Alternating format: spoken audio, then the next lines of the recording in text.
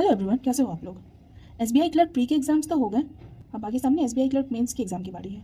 ये exam possibly 10 अप्रैल को होना है। अगर आप लोग को थोड़ा सा भी लग रहा है, अंदर से गट फीलिंग आ रही है कि एग्जाम अच्छा गया है और प्रिपरेशन करना चाहिए मेंस का, तो आप लोग को ये वीडियो ज़रूर देखना चाहिए। सबसे पहले तो हमें ये जानना होगा कि एग्जाम का पैटर्न क्या है।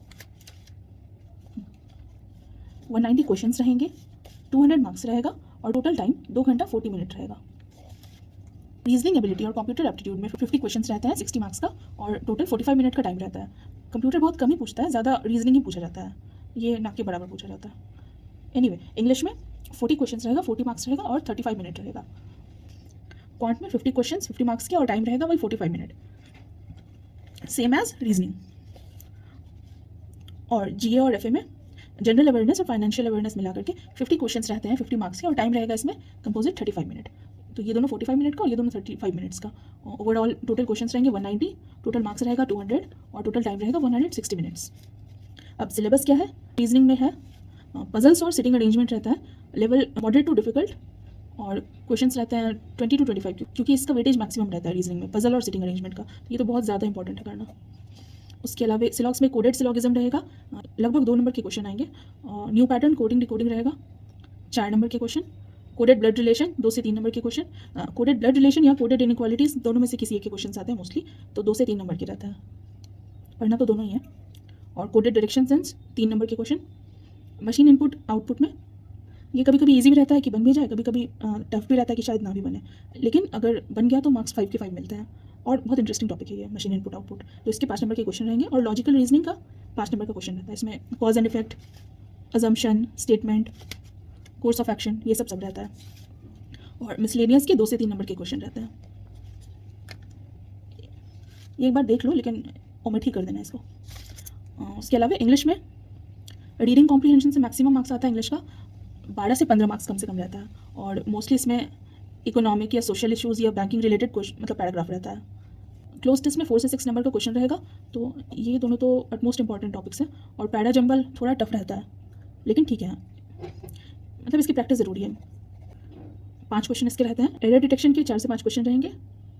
फिलर्स या डबल फिलर्स बोलो, उसके 5 से 7 क्वेश्चन रहेंगे। और वर्ड यूसेज के, जिसमें 3 से 5 क्वेश्चन रहेंगे। फ्रेज रिप्लेसमेंट 4 से 6 क्वेश्चन और मैच द कॉलम में 5 क्वेश्चन। मेंस के लेवल का क्वेश्चन रहेगा ऑफकोर्स, लेकिन पीओ के कंपैरिजन में काफ़ी इजी रहेगा क्लर्क वाला। और जीए या एफए में स्टैटिक जीके आता है, इकोनॉमिक न्यूज़ आता है और बैंकिंग और फाइनेंशियल न्यूज़ आता है, तो इसका डिस्कशन मैं लास्ट में इधर कर रही हूँ। तो आते हैं अब हम लोग क्वांट पे।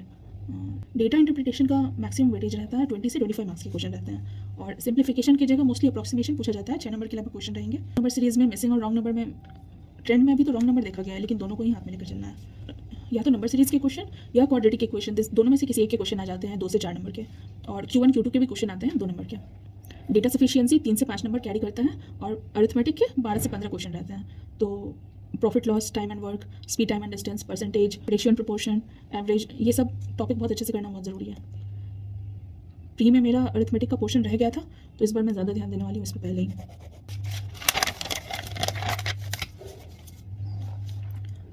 तो वो तो रहा सिलेबस। अब कट ऑफ अगर देखा जाए तो 2019, 20, 21 और 22 का मेरे पास यहाँ डेटा है, क्योंकि 23 में अचानक से बहुत कम हो गया था कट ऑफ सारी ही जगह, तो मैंने ये डेटा लिया है पहले। 22 में 71, 76, 68, 77, 62 ऐसा रहा था कट ऑफ। 21 में 72, 71, 76, 76 और 61। 20 में 69, 71, 66, 71, 60 और 19 में 59, 66, 51, 67 और ये बहुत ज़्यादा कम है। एनीवे, तो अप्रॉक्स 75 से 80 आई थिंक, ऐसा कि वो नंबर आ रहे हो अपने को। विड्रॉल नंबर जो होता है वो 75 से 80 होना चाहिए। ये नहीं कि इतना ही अटेम्प्ट किया, ऐसा नहीं, इतने नंबर बनने चाहिए गलत वो सब होने के बाद, कुछ कम कुछ ज़्यादा। क्योंकि अभी हम लोग प्री नहीं मेंस डिस्कस कर रहे हैं, तो हमें स्पीड से ज़्यादा एक्यूरेसी पे ध्यान देना होगा। तो मेरी स्ट्रेटेजी क्या रहेगी मैं बताती हूँ। एटलीस्ट 5 से 10 क्वेश्चन पजल्स के डेली बनाऊंगी। अभी थोड़ा कम भी रहेगा, लेकिन जैसे एसबीआई पीओ प्री का एग्जाम दे दूँगी, उसके बाद ये ज़्यादा करके बनाने लगूंगी। उसके बाद अरिथमेटिक में जो भी वीक एरिया है उसको टारगेट करना है और कॉन्सेप्ट सबसे पहले स्ट्रॉन्ग करना है और उससे रिलेटेड प्रैक्टिस करना है। फिर PYQ सारा देखना है, एटलीस्ट 4-5 साल का सारा शिफ्ट का, ताकि पता चल जाए कि किस तरह का लेवल का क्वेश्चन आ रहा है और क्वेश्चन का टाइप क्या है। उसके बाद 40 to 50 मॉक्स बनाने की कोशिश करूँगी और उसका एनालिसिस करके रिवीजन करूँगी, फुल लेंथ मॉक भी और सेक्शनल मॉक भी। और जीए में एटलीस्ट, मतलब आइडियली 6 मंथ्स बोला जाता है करने को, लेकिन एटलीस्ट 4 मंथ का तो कर ही लेना चाहिए। जैसे अभी मार्च है तो मार्च का आज 2 तारीख हो गया, तो आज 1 और 2 मार्च का कर लूँगी, फिर जैसे कल 3 मार्च का कर लिया, परसों 4 मार्च का कर लिया, ऐसे डेली मार्च का करती रहूँगी। उसके अलावा इस वीक में फेब का करंट अफेयर्स पूरा करने की कोशिश करूँगी, उसके अगले वीक में जनवरी का करंट अफेयर्स करूँगी, उसके अगले वीक में दिसंबर का करूँगी, उसके बाद पूरा इसका रिवीजन करूँगी और मार्च का जो चल रहा है उसको भी रिवाइज करूँगी। उसके बाद जाके कहीं नवंबर अक्टूबर का और सितंबर का करंट अफेयर्स टच करूँगी। जीए बहुत अच्छे से करना है और जीए में schemes, budget, union budget, economic survey, ये सब अच्छे से देखना है और हिंदू का एडिटोरियल एटलीस्ट 1 से 2 डेली करना है, डेली। सोर्स क्या क्या रहेगा, तो परचम क्लास है, एक मैम बहुत अच्छे से समझाती है तो वो समझ में बहुत अच्छा आता है, लेकिन कुछ सर का भी सही रह रहा है और मेरे फ्रेंड्स ने भी बताया है कि कपिल काटपाल सर का भी अच्छा रहता है। मैंने खुद भी किया था तो अच्छा, लेकिन ये बात है ना कि कोई एक ही टीचर को फॉलो करना चाहिए, बहुत सारा फॉलो करने से फिर प्रॉब्लम होता है। तो मैं देखती हूँ तीनों में से कौन सा एक करती हूँ। उसके अलावा अफेयर्स क्लाउड का पोटेंशियली PDF ले लूँगी, या तो प्रिंट आउट निकलवा लूँगी या जो भी, तो अफेयर्स क्लाउड को PDF से चलेगा। और 40+ एटलीस्ट एग्ज़ाम से पहले DI कंप्लीट करना है और वो जो फार्मूले और ट्रिक और शॉर्टकट वगैरह, टेबल, स्क्वायर क्यूब, ये सब जो रहता है वो तो करना ही है। और 30+ एटलीस्ट RC करना है एग्ज़ाम से पहले, तो डेली एटलीस्ट 1-2 RC भी हो जाए तो सही रहेगा। लेकिन ये टच करूँगी SBI PO का एग्ज़ाम के बाद, जो मेरा 8 तारीख को है। करंट प्लान मेरा अभी रहेगा SBI PO प्री और SBI क्लर्क मेंस को दोनों को साथ में टारगेट करते हुए SBI क्लर्क मेंस के लिए GA करते रहना है और एक वीक में 1 मंथ का कवर करना है। जैसे मार्च का तो करती जाऊँगी, उसके अलावा इस वीक फेब का कंप्लीट कर लूँगी, मंथली वाला। वो मंथली को 4 बार रिवाइज़ कर लूँगी तो वो बेटर है वीकली या डेली करने से। आप लोग बताना कि आप लोग किस तरह से कर रहे हो। और SBI PO के लिए सेक्शनल और फुल मॉक देना है, ये तो मोस्ट इंपॉर्टेंट है क्योंकि अभी 8 तारीख को एग्जाम है। फिर SBI क्लर्क के लिए हाई लेवल पजल्स और DI देखूँगी और RC और वोकैब देखूँगी और अरिथमेटिक का वीक एरियाज़ को साथ में करती जाऊँगी। अभी केसलेट अभी PO के हिसाब से देख लूँगी, मेंस के हिसाब से बाद में देखूँगी एग्जाम के बाद। और ये पजल वेरिएबल बेस्ड भी करना है। जनरल अवेयरनेस और फाइनेंशियल अवेयरनेस का हम लोग डिटेल्ड सिलेबस देख लेते हैं। Current affairs, news on banking industry, ये सब तो देखना ही है। अवार्ड एंड ऑनर्स लास्ट 4 से 6 मंथ्स का देखना है। बुक्स एंड ऑथर्स, ये फाइनेंस रिलेटेड ही देखना है बस, और इसको तो स्किप कर दूँगी, इससे ज़्यादा क्वेश्चन नहीं आते हैं, मुश्किल से एक क्वेश्चन आएगा और याद करने को बहुत है इसलिए। और स्कीम्स जो है, सेंट्रल और स्टेट गवर्नमेंट स्कीम्स और पॉलिसीज़ जो है, ये बहुत इंपॉर्टेंट है, ये तो देखना ही देखना है। और स्पोर्ट्स रिलेटेड जो न्यूज़ रहता है बहुत सारा रहता है, लेकिन उसमें भी जो मेन न्यूज़ है बस वो करना है। स्टैटिक अवेयरनेस देखना, तो स्टैटिक अवेयरनेस का ये पोर्शन है। और अवेयरनेस रिलेटेड जो देखना है उसमें digital banking, fintech news, latest mergers जितने रहे हैं वो देखना है। फिर फाइनेंशियल अवेयरनेस में मॉनेटरी पॉलिसीज़ RBI की वो देखनी है, जिसमें एटलीस्ट पहले ये पता होना चाहिए कि repo rate, reverse repo rate, ये सब क्या होता है। स्टैटिक GK में कंट्री, कैपिटल और करेंसी ये देखनी है, जो कंट्रीज़ न्यूज़ में रहे इस 4 से 6 मंथ में बस उनका। और हेडक्वार्टर्स देखना है फाइनेंशियल ऑर्गेनाइजेशंस के, कॉन्स्टिट्यूएंसी देखनी है मिनिस्टर्स की, ये इंपॉर्टेंट है, ये भी इंपॉर्टेंट है।